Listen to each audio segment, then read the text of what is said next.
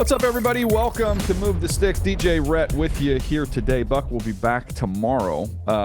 Rhett, it's a full NFL slate to recap, but I do want to get your thoughts before we jump into the NFL stuff. Plenty to get to there. Did Notre Dame just break another tackle? And B, how are you doing today? How are we feeling? Well, I am doing a lot more defending of the Rock than I feel like I wanted to do today. Wait, hang on a sec. Hang on. Oh, my bad. I thought I heard Feinbaum, and I thought I heard Lane Kiffin and all the SEC supporters again, but it didn't. It wasn't. It was just after Tennessee got smashed. Still pretty silent over there. Did you know that Vanderbilt, Oklahoma, and Kentucky should have made the college football playoff by everyone else's logic? They had a couple of good wins. Big wins. So, good wins. Got to put them in. Yeah, I'm with you on that. What a mess. At some point in time, like, winning games is important. I hope we don't ever get to the point where winning games doesn't matter. That's another topic for another day. We'll get to the college stuff. We got plenty of NFL stuff to jump into. So let's dig in here. First game. Let's go Philly, Washington. What a game. A game that you can take either side of this thing. You can look at it from the Philly side and say, hey, look, Jalen Hurts doesn't get hurt. We're on our way to scoring 50 points, and we're still in the mix here for the number one overall seed. Nothing to worry about here. Or you could take the Washington side of it, which is just sheer joy and excitement, knowing what you have in Jaden Daniels and his ability to lead you back again, overcoming all the turnovers.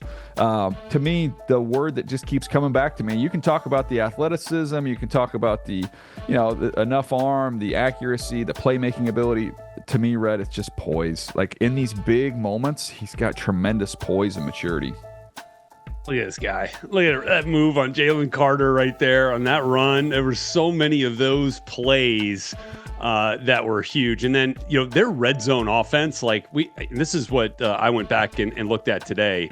I mean, they just ate Philly up down there in the low red zone in particular on some of those plays. The two to Crowder and then the one to Zacchaeus. Olamide actually had another one that he broke a couple of tackles where Philly just got completely they just had a bust and they had like 12 men on the field. But I want to go back to some of these red zone routes. And we'll start with the first one from Crowder. And this is a fun one here. He's like the number 2 guy in a 3-man, 3 wide receiver side. And he's got Diami Brown hitting the gas to the flat, like super quick, right? So then Crowder hesitates like he's got the rub, like he's going to go back out to the corner, right, on that rub route. And then he's got Chauncey Gardner-Johnson's hips facing the sideline. And they're going like this, right? Yeah. And it was like, no chance. And it was a great throw by Jaden. And then on the next one to Zacchaeus down there, it's a rub route look, right? And Nakobe Dean's kind of in a bind, but they check to a coverage here, and the field corner, Darius Slay, and the strong safety are just completely on different pages because they don't get the switch. And so Zacchaeus, then this time the number 2 in the slot, he does run that corner route off the rub look, and he's wide open right there to make that catch. And they cause so much like hesitation down there with the switches that they got going, because the third one was the same thing. The Crowder touchdown at the very end. It's man coverage here, and Zach Bond is lined up over top of Ertz, who was number 3. And then Ertz and Crowder switch immediately off the line, which puts Crowder on Bond. Mismatch. Again, hips facing the wrong way. Crowder cuts inside, and it was just a great throw and read by Jaden Daniels. But I thought from Cliff Kingsbury, it was nice. It was a nice like game plan aspect of anticipating what you were going to see down there in the red zone, and then finding the exact routes that were going to cause them a little bit of hesitation and confusion, and then the execution to get it done. I mean, those were 3 huge touchdowns down there in close. Yeah, no, well designed, well executed. I would say on the Philly side of things, the only thing that concerns me, and let me give you the positives first before I get to that. Number 1 is, seeding in the playoffs. You'd like to be the number 1. You'd like to get the bye. They're a team that's built to travel. They have a run game. They have a defense. They should be able to play in any weather, any scenario. I mean, you go indoors. They have tons of speed that they could capitalize on if they were to end up in Detroit in an NFC Championship game. So I'm not going to get carried away by the seeding impact of this ball game. They'll get Hurts back. That'll cover up a lot of issues. But they've had 2 of their 3 losses now. Atlanta late in the game with your defense on the field. You need to get a stop, and Kirk Cousins at the time, seems like a million years ago, doesn't it? He gets the drive. They go right down the field. they cash it in, they beat you. On this one, Washington has the ball in their hands. Your defense is on the field. You got to get a stop. They can't do it. That's playoff football. That's what you're going to find yourself in. You're going to find yourself in these drives and these positions where you've got to get off the field. And it's a small sample size, only 3 losses, but 2 of those 3, they were unable to do it. Well, and the other thing I'll say on this side, and we could talk about, how Jalen Hurts being out, influenced maybe a different approach from the Eagles offensively, down the stretch with Kenny Pickett in there. I didn't think Kenny Pickett played poorly by any stretch. I thought actually he put him in a position. Like, this is a dude that watched everything unfold in front of him the last couple of weeks and targeted A.J. Brown about 18 times when he came in. Kenny Pickett's a smart man. But the other part of it was, like, they had a chance to end this game on offense. And credit to Devontae Smith for showing up and just dropped it. I mean, wide open, might even go for a score. So we can say the defense let it down. I mean, there were equal parts to take the blame on this one. And that's a pass that Devontae Smith catches 99 times out of 100. Even the second time he almost got it. I wouldn't either. I wouldn't worry about that going forward. Yeah. So to me, I don't know that my opinion drastically changes on the Eagles. I just give the Commanders more credit for finding a way to win a football game, and they've done it time and time again this year, where they've shown some poise and some moxie with a rookie quarterback. That's what's so rare and what's so exciting. I think there's turnovers. There's positives when you include the turnover on downs, 6 turnovers. And still win the game with 30-plus points. That was like the Lions against the Texans on that, what was a night game, a primetime game a few weeks back. Yeah. All right, how about let's stay with that theme here of seeding. Detroit's in a great spot now as they defeat the Chicago Bears in a ball game they were in control of, 34-17. Franchise record, you see it there on the screen, 13th win. They're beat up defensively, and they gave up a bunch of yards. Caleb goes over 300. I'll start on the Bears side of things. I'll kick it over to you for the Lions and where they're situated. But we talked this morning, full disclosure, before I'd watched that, and I said, I'm interested to watch this tape because I feel like sometimes I look at the box score with Caleb, and the box score gets me excited to go to the tape, and then I go to the tape, and I'm a little bit let down and a little bit disappointed. I actually liked the way he played in this game. It's still like they've got to figure out something of how they start. Like the first series, it's just not clean. But I thought he settled into this game. I thought he made some nice throws, particularly on some movement throws. Intermediate throws is what's got me hopeful about him and the Bears moving forward. Is that a lot of times with young quarterbacks who might be not seeing the field well, you're going to live underneath and over the top. They're not going to want to work in the kind of that intermediate area. He made some big intermediate throws, mostly to the sideline, but that's the NFL making those types of throws. Yeah. So I was encouraged by that. I thought Caleb played well, and I do think when you look up at the end of the year, while there's a lot he needs to clean up in terms of his process and getting the ball out of your hands and not taking so many sacks, you're going to look up at the end of the year and you're going to be able to sell hope to your franchise and to your city because his numbers, they're going to look pretty good at the end of the year compared to what they're used to seeing there. Yeah, I think that's, especially if you can separate, right? If you're a Bears fan and you could separate the wins and losses from, some of the individual performances. And I know sometimes that's difficult, but I think you're spot on with the intermediate routes. Cause I think it was on that 45-yard touchdown to Keenan Allen where he threaded the needle. Does that sound right? If I'm remembering correctly, it was a closing window. Yeah. Down the sideline throw was big time. Yeah. Big time throw. Yeah. So I mean, there's big time throws all over the place. I was left encouraged. Right? I was left encouraged. And by the way, did you see the report that as we get to the Lions that I guess someone was out there, I don't remember who it was, said that that Ben Johnson was intrigued, I believe was the word. That was the word I saw as well. But I think we could also agree that with Caleb, it needs to be 1, 2, run. Go. Not 1, 2, 3, 4, 5, 6, 7, 8, 9. No. And not 1, 2, extend, create. 1, 2, run. I don't care if that's 4 yards, 6 yards, 12 yards. Just get what you can get. All right. So from the Lions side of things, looking at that, it's just this is a Dan Campbell-esque victory, right? Your back's against the wall with personnel, with injuries you got, and then you find ways to create big time plays. And that's what this was. This was one of the best throws of the year. Like, you understand how fast that dude is. Post is ridiculous. That was nuts. And then the stumble Ruski. I did not know this was a thing. And I like we were watching this DJ. We were watching this live with Mark Ross on Game Day Live on NFL Network, and I'm like, did that? Because he's had, remember, it was a couple of games ago, like he stumbled on a fourth down, like sneak or fourth down handoff, almost did. I thought he just got tripped again, and then you go back and look at it, and you're like, no, they meant to actually stumble, fake like they were covering up a fumble, and then bam, Sam Laporta's wide open behind the coverage.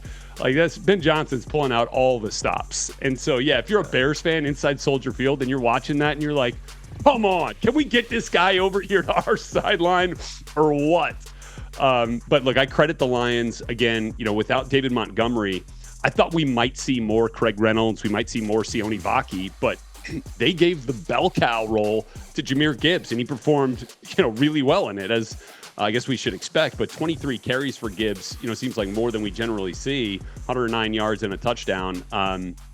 But I think you credit Antoine Randall L. No coincidence, he's a Hoosier. But the job that they've done in mentoring and trying to aid the maturity of Jamison Williams, I think is pretty important. Like even within the landscape of this game, like he got a penalty. Dan Campbell took him aside. He's kind of coaching him up, and then you saw how fired up Antoine Randall L. was running down the sideline on that post route. So I think they got a lot going for him, even with the injuries.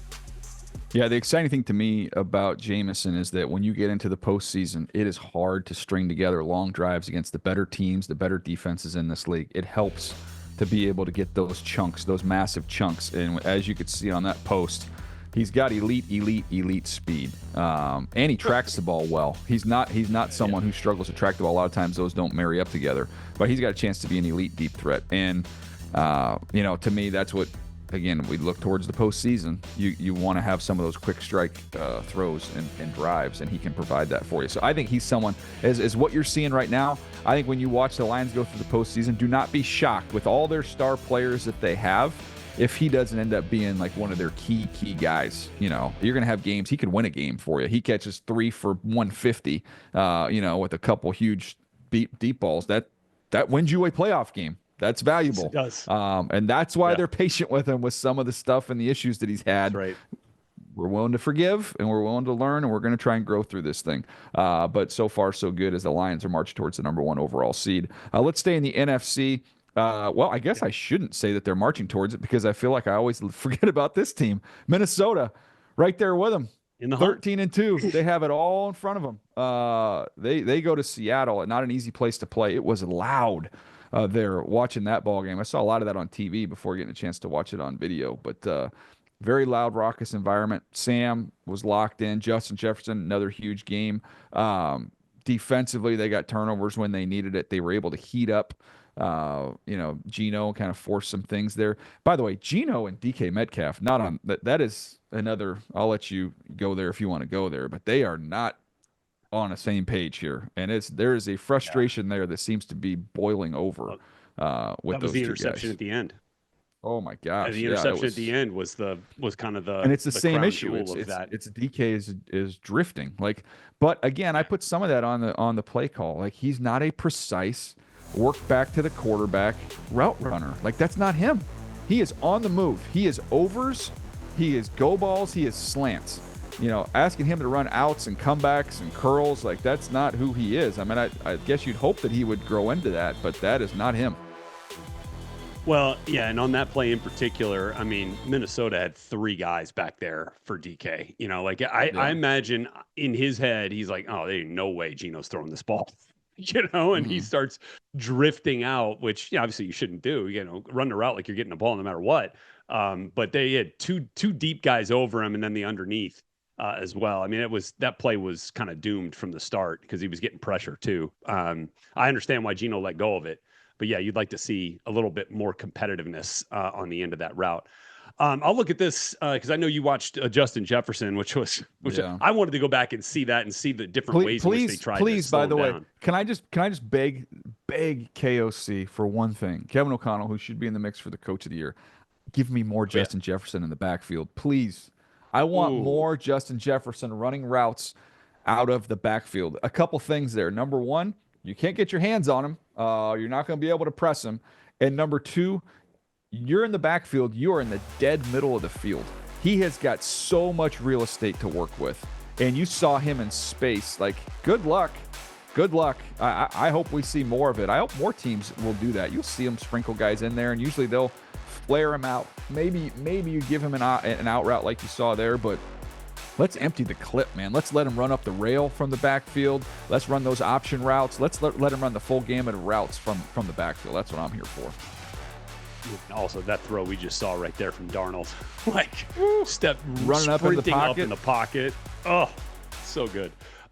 So good. Yeah. And I went back and first like 5 targets for Jefferson, it felt like there were 5 different looks and 5 different guys that were, in the vicinity of where he was. And so Seahawks were trying to mix it up, but man, he's that good. And especially, when you can scheme it up for him the way that they do, pretty special. So I went and looked at what Brian Flores was doing with one of his new chess pieces this year. And we watched it, a bunch, and we watched him when he was down in Miami, but Andrew Van Ginkel, man, when he gets a runway, like when he's either, they put him standing up over a guard, which is like an athleticism mismatch. If he gets the drop on the guard, it's over in terms of, anticipating the snap count. And then when they give him runway and they'll like kind of twist him in and run games with him, it's that kind of speed coming at you, man, in the interior it was difficult to deal with for Seattle with those guys, because I know they've been kind of shuffling guys in and out of the interior of that offensive line too. So made sense that that's where they wanted to try to attack. Van Ginkel with 2 sacks on the day, but really the sacks were, relentless effort too. Like he's getting pushed outside, and he kind of wheels back around, and Geno's hanging on to the ball. So I think you credit what they're doing from a coverage perspective with the relentlessness of guys like Van Ginkel up front. 7 pressures in this game. 2 of them he brings down Geno Smith. So they got a lot going for him there, really on both sides of the ball. Like this Vikings team, I'm not counting them out yet as they try to push for better seeding. Yeah. Final thought. Last game of the regular season, the Detroit Lions welcome in the Minnesota Vikings for what is likely to be the difference of the number 1 seed versus the number 5 seed in the NFC playoffs.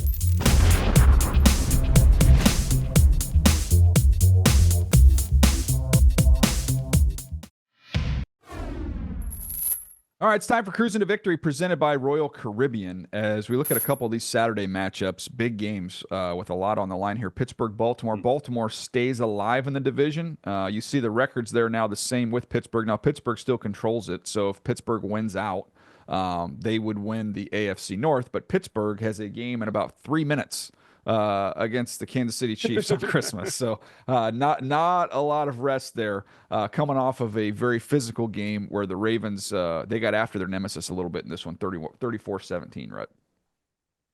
Yeah, and look, I think, when you look at this from the Steelers' perspective on offense, I think you'll look at a team that is struggling to find ways to produce on the perimeter without George Pickens. And that's the whole story. Yep. And Calvin Austin, 4 catches, 65. It's fine. Jaylen Warren, 5 for 44. But you have no big play threat. Mike Williams has not showed up in that way for this team since his first catch for a touchdown, whenever that was. And then, Russ just wants that last throw back to that Marlon Humphrey went for the pick 6 that sealed it. But this team needs George Pickens back just to kind of get things back on track into a flow with how they want to operate. Yeah, it does look like they are going to get him back against the Chiefs. I also believe they're going to get Deshaun Elliott back, which will be very important. He's played awesome on the defensive side of the ball for the Pittsburgh Steelers. The Ravens, to me, I was mentioning it earlier. I think we were talking about Philly and saying it doesn't really matter where they go playoff-wise. I kind of feel like that way for the Ravens, too. They're a chip on their shoulder organization. If they're at home, fine. If they're on the road, they don't care. They're going to be able to run the football. I mean, that's where I thought – I don't know, watching this ballgame, I thought a couple things. Number one, the point you mentioned about Russ. Yeah, okay, I get that. But Lamar continues to be locked in. And then number 2 was, I just remember late in the year, even when they had those good teams in Tennessee, it felt like, maybe Derrick Henry, even if the yards were there, just he looked a little bit heavy-legged, like the toll of the season had kind of started to catch up with him a little bit. He looked fresh as a Wow. daisy. How many yards of 10 plus runs did he have in this game? It just felt like I mean, every he other averaged run was 7 an a pop. explosive run. Yeah, he just looked. Yeah. He looked. Maybe it's the hair. I don't know. He just looked fresh. He looked very fresh in this ball game. Yeah, I would agree with you on that. One other thing I was curious if you kind of caught wind of, like the coach's box camera on Todd Monken. I don't know that they're going to be a fan of that one moving. Did you see? Have you seen all the lip reading with it? No. Oh my gosh, he's going nuts on one of these plays. I can't remember if it was the interception that Lamar threw or if it was just a big play that they missed. And I think he was saying something about Rashad Bateman, like, "What is he doing? What is he doing?" Oh No, no. it's like it's like you could feel the anxiety, right? That just courses through a play caller's, veins throughout those 3.5 hours of a game, man. It is. You're gonna have to I start just being. You're if gonna have you to start being in the booth with your play sheet over I your know. I mouth when think you're getting frustrated. seriously, I'm curious to Cameras see if on, we man. see more of that moving forward here. But yeah, it was. They got the win, but I think they left some stuff out there on the table on the offensive side. I don't know that this was the cleanest game we've seen Yeah. Lamar play, but again, enough. Yeah, and I keep an eye on this division because it looks like we'll see how the Chargers season unfolds, but that's looking like the winner of this division likely to be the 3 seed. The Chargers, if everything kind of goes, with them finishing up with New England and the Raiders, there's a chance even after this next week that they could be locked into the 6 seed. So that would be a rematch either way. Chargers lost to both of those teams in close games, so that could be where my travels take me here as we go towards the postseason. Speaking of postseason, there, Houston, Kansas City, just ho hum. This one actually had a little breathing room for what that's worth. They don't have many of those. I tweeted out as Houston had a chance with the ball in their hands. I think they were down 8.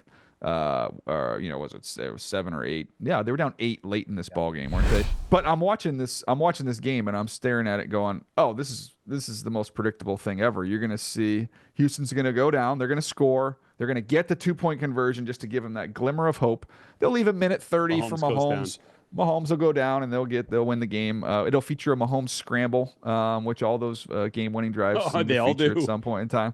This one went off script, and one of the It reasons it did. went off script is because as great as Mahomes is, man, if you look at the recent iteration of this team, I'm telling you, man, Chris Jones, what he does, and the impact he has every single game, every single week. There's a reason why their defense is doing what they're doing, and it's Spags with the great design. They have a lot of really, really good football players. I'll put McDuffie in that great category, but there's one Hall of Famer on that side, and that's Chris Jones. I'm not going to argue with that. I mean, that is for sure a big piece of this storyline here. Really, in the last 2 to 3 years for the Chiefs is him elevating and that defense elevating to become a reason why they win and not a reason why they lose. And so that's obviously been a part of it. And, I think, you throw in George Karlaftis in there too. And again, we've talked about the ways that they have drafted for what they want to do on the defensive side of the ball. And that is such a homegrown defense from Chris Jones to Karlaftis to Nick Bolton to the guys in the back end where they've hit on, it feels like almost every time. Even, you lose L'Jarius Sneed and you're still finding ways, because of the competitive depth that Joshua you have Williams there had a big and that sack in that game. Yeah.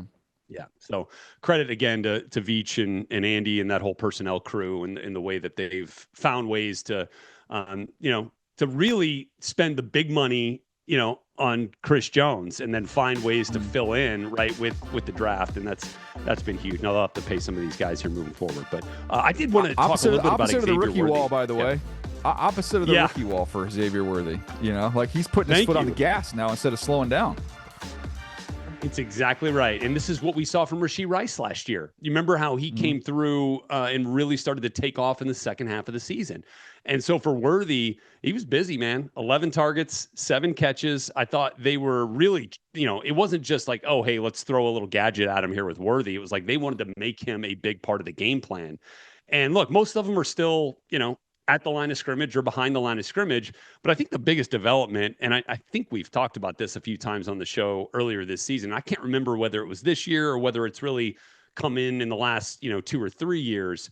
But man, when you get that now throw to a player like Worthy, but you got lead blockers out in front, like just to Yeah. get rid of the most dangerous man, that is deadly. And they did on one of those plays, I think it was only like a 15-yard gain, but they basically took Houston's best defensive player, Will Anderson, out of the mix with the backfield action going one way, Worthy coming in motion the other way, and then two offensive linemen leading him out in front. Will Anderson couldn't do it. He didn't know what to do. It's like, do I crash down with the run? Do I try to deal with? And then he's just sitting there in no man's land.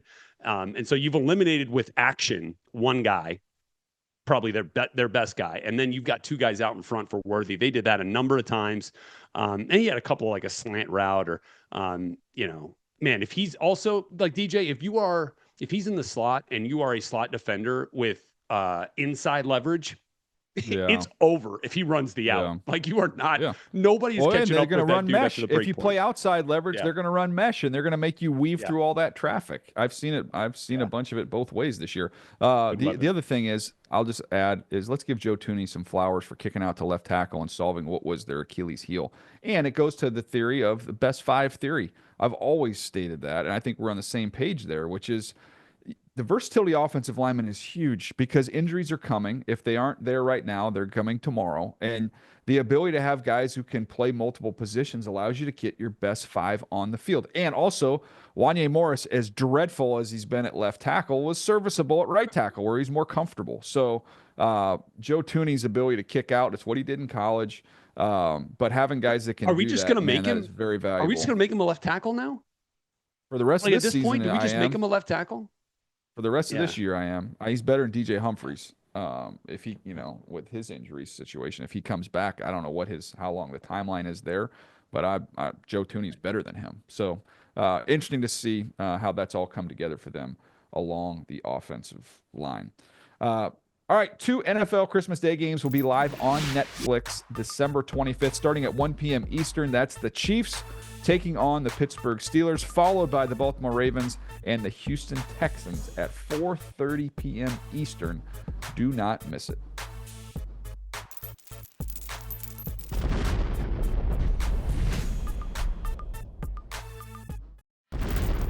All right, Rhett, this one was a head scratcher to me. Didn't see this coming. And that is the Dallas Cowboys beating the Bucks 26-24. I had just seen the Bucks and I was like, holy crud, this offense is dialed in right now. It's a very interesting team, and with their defense, with Todd Bowles as aggressive as they are, and some of the matchups that they give you up front, mainly Vita Vea, it's like I don't know if you want to play this team in the postseason, and you flip around 1 week later, and I don't know that the postseason's a given. That's how quickly things can turn in the NFL. Right. But what a win for Coach McCarthy and the Dallas Cowboys, 26-24. Man, they're eliminated too, going into this thing. And I just think it is really impressive, for a group of guys and a coaching staff that has been as maligned as any in the league this year to come out and have that kind of effort against a team that is fighting for everything, right, in the Bucks. And look, ultimately, I think for the Bucks, they kick-started too late. This was they just didn't have it going early, and credit the guys that have stepped in on Dallas's defense. Like you heard Chris Collinsworth and Tirico gushing over Jordan Lewis, throughout the broadcast, and rightly so. Dude played a heck of a game, including that strip. Oh, actually, I don't think that was him on the strip at the end, but like I had every belief, the way that the Bucks had been playing going into this game, and then the way that they came alive late, that they were going to go down and win that game. And then, Baker makes this incredible play to get free and like just dragging a defender with him, gets it out to Rashad White.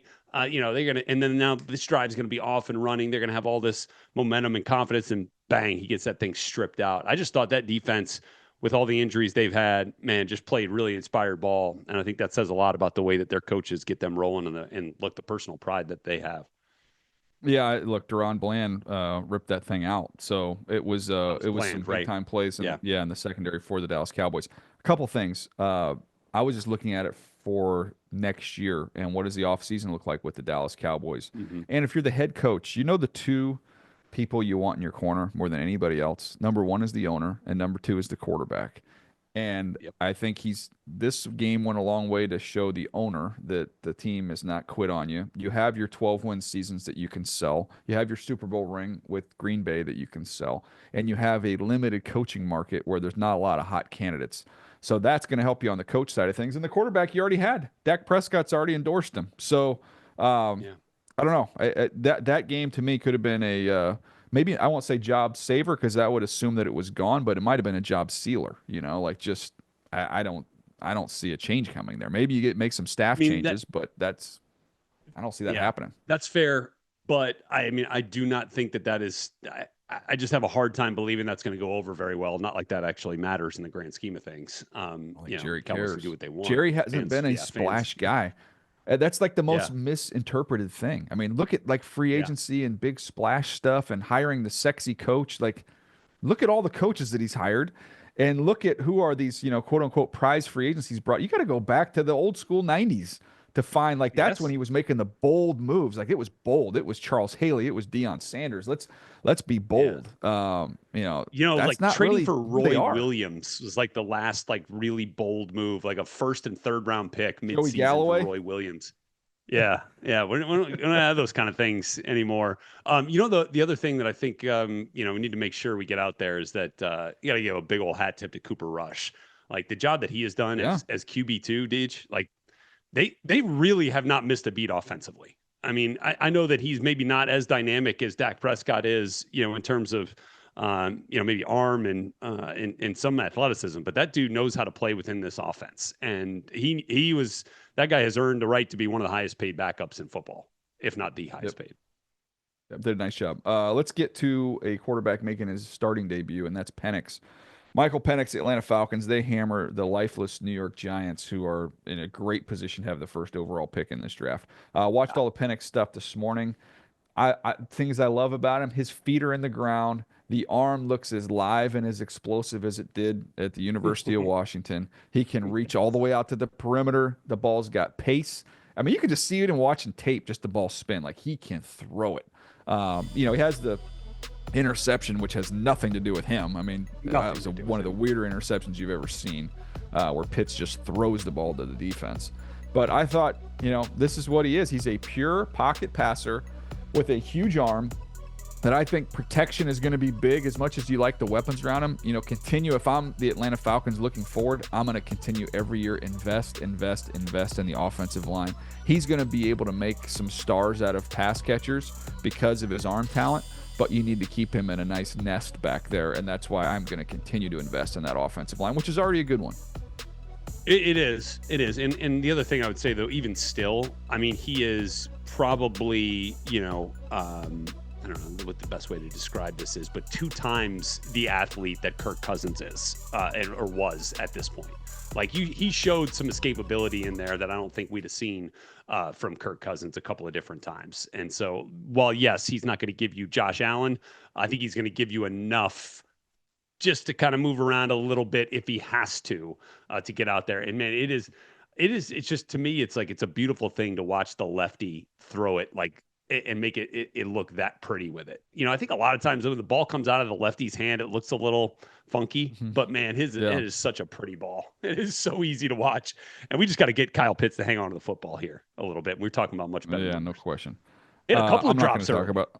I know. I'm not going Yeah. to talk about the Giants. That's too depressing. But I was watching Penix on the heels of last weekend, thinking about my friend Rhett and going, could have used him. Could have used him at Notre Dame. I'll tell you that much. Yeah. That's fair. Oh well. That's Hey, fair. you're a Wasn't playoff Curtis's team. best game. I'm coming Yeah. off of a losing season at App, so I got nothing to say there. That's right. Rams Jets. The Rams Yeah. just kind of slogged their way to a win. Ugly game, but this is as you see the note there on the screen. Fewer than 10 points allowed in consecutive games for the first time since 2015.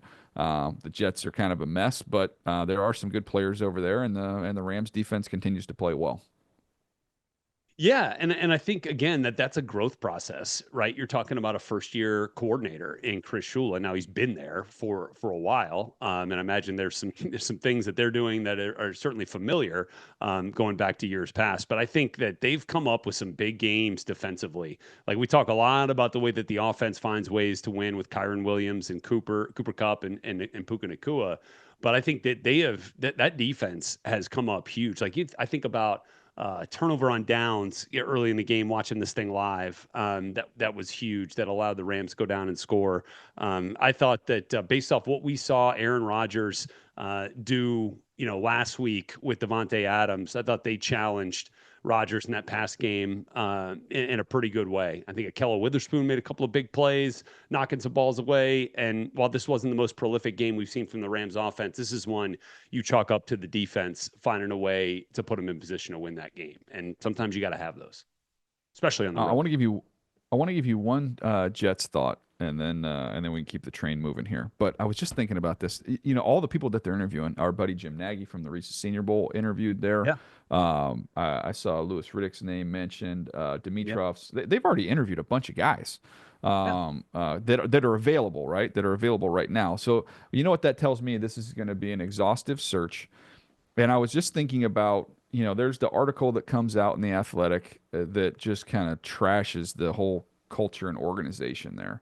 So this next hire for the Jets needs to be a confidence-inducing hire for their entire fan base and for their entire organization. It needs to be something that brings credibility, right? That's what they need more than anything else.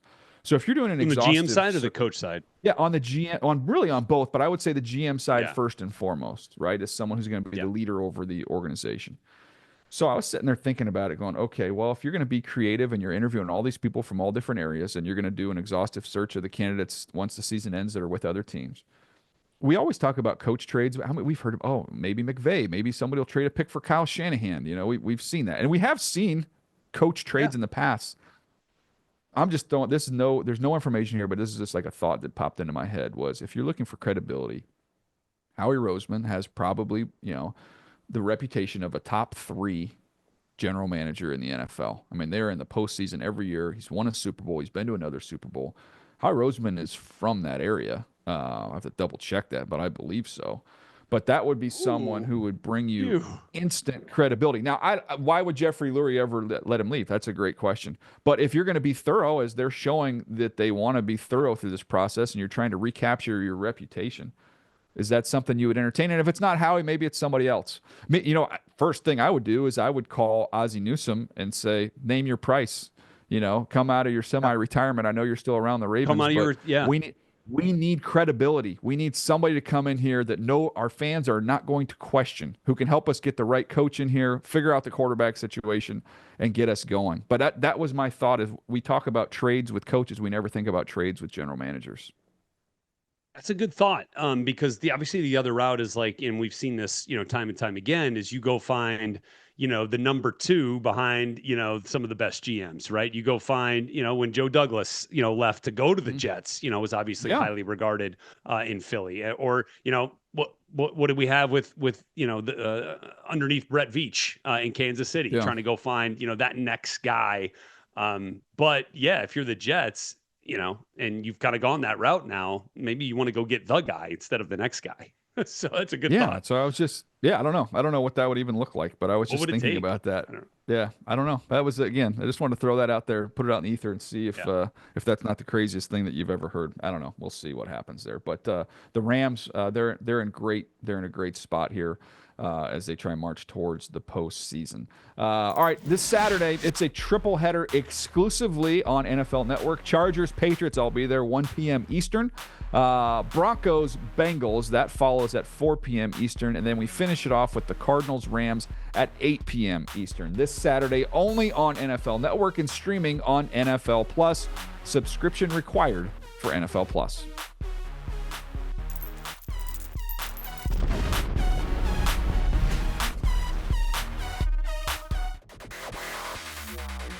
Welcome to the NFL Fantasy Football Show where, here we go, where we're just making adjustments and trying to get better. It's me, your man, MC Marcus Grant, joined by Michael F. Florio and Laquan Jones. We're going to just unplug the season and plug it back in again. Psych! No way! Just like Game of Thrones, winter is coming. It's fire content only. You know the drill. Tell 2 friends to tell 2 friends. Rate, review, and remember, don't expect the unexpected unless the unexpected expects you. Be safe, take care of yourselves, and we will talk to you again soon. Time for a little rapid fire here on the remaining games here, Rhett. Cleveland, Cincinnati, the Joe Burrow Express is still alive, baby. Still alive. And you don't want to see this team. I know that is a popular phrase right now, based off the fact that the Chargers beat the Broncos, which allowed the Bengals in here. They got to win out. They got to hope for some help. But, man, when Joe Burrow is making throws like this one here to T. Higgins, in which he is literally on the ground, like an inch above the ground, making a spot-on throw to T. T. Higgins said that was his favorite touchdown he's ever seen Joe throw, and not because he was throwing it to him. It's because he looked like Superman on the play. Not Batman, Superman. So that's what he's calling him from now on. That's what he is. He is Superman, and this Bengals team, man, don't let him in. Deej, do not let that team into the tournament. But I do miss for the Browns. We got to get Jameis back in there, man. We got to get. It's just more fun. It's a more watchable product for both sides, when he's out there. But I was looking at that thinking, if you're a Bengals fan, do you start like a GoFundMe and just like you're getting just like some extra treatment, maybe some ice baths for Carson Wentz, knowing that your season's going to come down to Carson Wentz starting for the Kansas City Chiefs against the Raiders in a game that, I don't think the Raiders would necessarily be thrilled to win that when it comes to draft position, but I don't think you're going to see Patrick Mahomes, Kelsey, and Chris Jones and all the starters for the Chiefs if they have their position locked up. That's all they're going to need because they play Denver. So you control your own destiny plus Carson Wentz. That's how I'm looking at it with the Cincinnati Bengals. That gets them into the playoffs. And then if you're Buffalo, congratulations. Unbelievable year. You guys are cooking. And now you got to play against that savage Joe Burrow in the first round of the playoffs. Like, what a reward. Don't sign me up. I'm not Thanks. signing up for that. Yeah. No, I don't want that either. New England, Buffalo. Speaking of Buffalo, yeah, this game was close for a long time. I mean, very close. Ends up just being a 3-point game. Drake May was excellent. They got out the chutes. It was 14-0 in this ball game. They're moving the ball well. Buffalo couldn't get it going. New England's defense has been playing well, but to me, Drake attacking, like not playing conservative. When he gets matchups he wants, he is going to attack down the field, which was fun to watch there. And I'm still looking at it going like, I don't know what all he has around him. Like, you got Booty, you've got you've got Hunter Henry. I like Hunter as a solid player, but they're not great up front. You got Ramondre Stevenson's a solid player, but man, Polk I'm like, this is going to be really. This is going to be fun in New England if they get some pieces around him. And where they're situated in the draft right now, they've got a chance to get some big time pieces around him. No doubt, especially considering where the quarterback, how the quarterbacks fall, early on with the teams that are going to get the best non-quarterback in front. Yeah, that's how about Arizona, Carolina, the Fighting Bryce Youngs? Man, patience is a virtue in this league with quarterbacks, and credit certainly to what Dave Canales has done there. And I think we might look back on this, early on in the way that they approached Bryce, by pulling it back a little bit. Say, all right, we got to take a step back here. Things are not happening the way that they're happening too fast for you. You're not seeing it the way you need to be seeing it. Let's pull it back here a little bit. Let's essentially let you settle down, and then he gets back into the lineup. Probably not the way that they had thought he was going to get back into the lineup with the injury, but man, he has played so much better. And you know what he did in this game? He was running.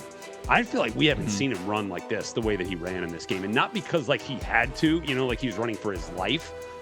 He did scramble here a couple of times, but this was a much better product. And man, did the Panthers have they accentuated what they have in Chuba Hubbard?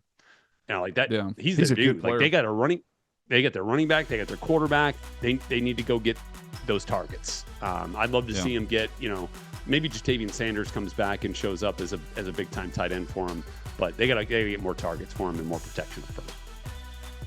Yeah, so you're saying maybe Tyler Warren there would look fun. Oh, it might be kind nice, of a fun one to have. Real nice spot for him right there. Real nice.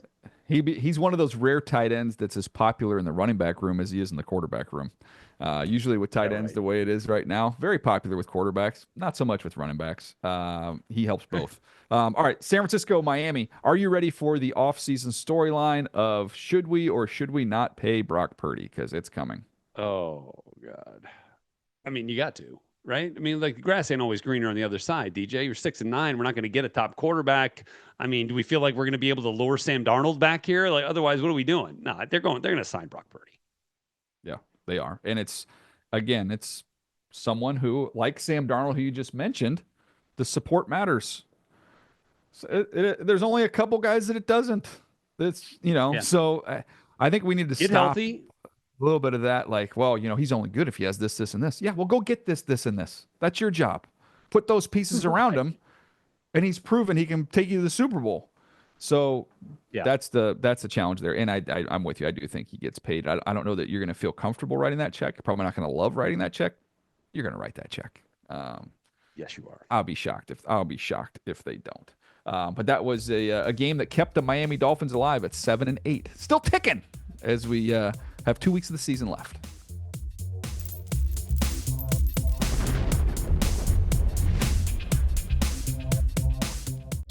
Hey everybody, welcome to Game Day View, presented by Mercedes-Benz. Patrick Claybon, Greg Rosendahl, and Cynthia Freeland. My hot streak with making the picks is continuing. Let's take a look. Guys, I missed you. I love you guys. We're not sure where the Cardinals' pass rush comes from. I have the Philadelphia Eagles by 1 point. I'm not a system player. I am the system. There it is. What? There's so much Can you please familiarity. pick the Cardinals? Yeah, I don't want to talk about last week. We're on to Cincinnati. I want to talk about the Atlanta Falcons defense. I don't know if any of us are going to be here Sunday. I have an idea. He doesn't know. All right, it's time for the Monday Night Football preview presented by Hard Rock Bet. I guess we can't read too much into matchups coming off of a Sunday nighter where the Cowboys showed a lot of fight and knocked off the Tampa Bay Bucks, who had everything to play for. This looks on the surface like a game the Green Bay Packers, as they welcome in the Saints, should be in cruise control, Rhett. But the NFL's taught us we can't assume anything. Yeah, look, the Saints are pulling out all the stops. This is what I got for you on this game. The Saints quarterbacks, it sounds like, I think Spencer Rattler's getting the start, are spending time in the freezer of the cafeteria on site. So I think they're going to throw for 350 tonight. That's what I think. Are they punching the slab of meat in there? Like what are we doing inside that freezer? It's a great question. Probably just talking about how quick we can get out of here is what I would be thinking in that moment. But yeah, look, it's going to be cold. Yeah, I mean, it is. And for the Saints, look, kind of playing out the string here down the stretch, but an opportunity, to kind of find some good vibes and watch some young guys, try to make some plays for them. But they got a lot of work to do this offseason. Can I call an audible instead of previewing the remainder of this ball game? Sure. So we have on the show here, if you've listened or watched the show for years, we've been doing this over a decade. Someone who served the show for 8 years of that has been Nabil, who's been our producer, who's put in a ton of work with us. Nabil is moving on. He's got a chance. He got a great opportunity. So he's going to, this is going to be it for him. So this is our final day working with Nabil, who's been awesome, and we're excited for him in his new opportunity. So we wanted to get him something. He's our Packer honk, right? We always joke with him about being the Packer homer. So we got him a little Jordan Love jersey to send him off with. Thanks. That's a little gift card as well, a little something extra there. Go get something to eat. But we do want to take the time here and thank Nabil for 8 years that he's given to the pod, and someone who's been selfless, who's worked long hours, editing, helping us with getting topics together, coordinating everything. So just want to say a huge shout out, huge thanks to Nabil. There he is with his Jordan Love jersey. All right, stop covering up your face, What's Nabil, up? so we can see you. There it is. Yeah, look at that. Yeah, he got great hair on him. Yeah, he's got a great head of hair. Look at that. That's fantastic. Jersey. He's not. So if you might sleep in that thing. I know. If you followed the pod for a long time, which we've been doing this a long time, going to be reunited with Sully, by the way, another former Move the Six podcast producer. Awesome. So, yeah, very excited. We put him in the Hall of Fame, don't we? We got great ones. Yeah, no, he's We've had some great ones here. Yeah, they all move on to bigger and better things. Nabil, you gonna give us some final words here before you leave on us? If it's not Go Pack Go, I don't want to hear it. Yeah, what are your final thoughts here, Nabil, on the final day here? We have tears? Did we wake up a little misty-eyed today? What do we got? Well, I'm hoping a Packers Super Bowl, but See? I've learned so much working with you guys, and this was the first podcast I used to listen to, so I've really grown my career working with you guys. So I really appreciate you guys for everything. Look at that guy. Rock He was and just a roll little Nabil. baby face. He was just a little baby face with no facial hair back in the day. Now he's a full-grown him now. grizzly bear. Look at What a that guy. stud. He's a grizzled veteran. All right, You Nabil, get back to work. We have one more show to do. Yeah, Hey, what get we back to doing? work. Yeah, I'll shut we it have more down. shows early. to go. Go All Packers. right. There you go. We love Nabil and thank him for all the great work that he's done here. Hope you guys have enjoyed this episode. Again, I mentioned it, Buck will be back tomorrow. We'll have a little rookie draft. Be on the lookout for that. We'll see you right here on Move the Sticks.